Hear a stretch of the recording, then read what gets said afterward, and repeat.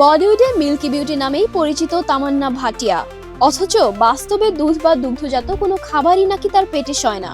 আর দক্ষিণী সিনেমা ইন্ডাস্ট্রির জনপ্রিয় ওই অভিনেত্রীর ৩৬ বছর বয়সেও এমন ছিপছিপে গড়ন, উজ্জ্বল ত্বকের রহস্যটাই বা কি, জানালেন তিনি নিজেই।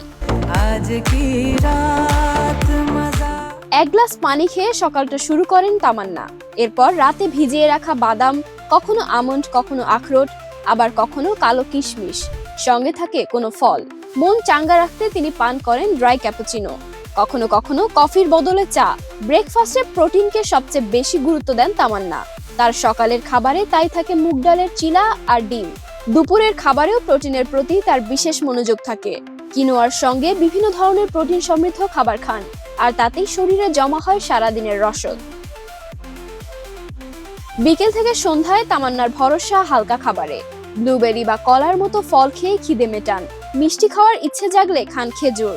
কিনোয়া, সবজি ও সালাদ দিয়ে রাতের খাবার সারেন তামান্না ভাটিয়া।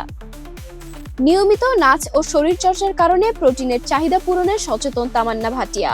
অন্ধের মতো ডায়েট ট্রেন্ড ফলো করেন না, বরং নিজের শরীর বুঝেই জীবনযাপন ও খাদ্যাভ্যাস গড়েছেন। নিজেই বলেছেন, সময়ের সঙ্গে নারীর শরীর বদলায়, সেই পরিবর্তনের সঙ্গে বদলানো দরকার অভ্যাসও।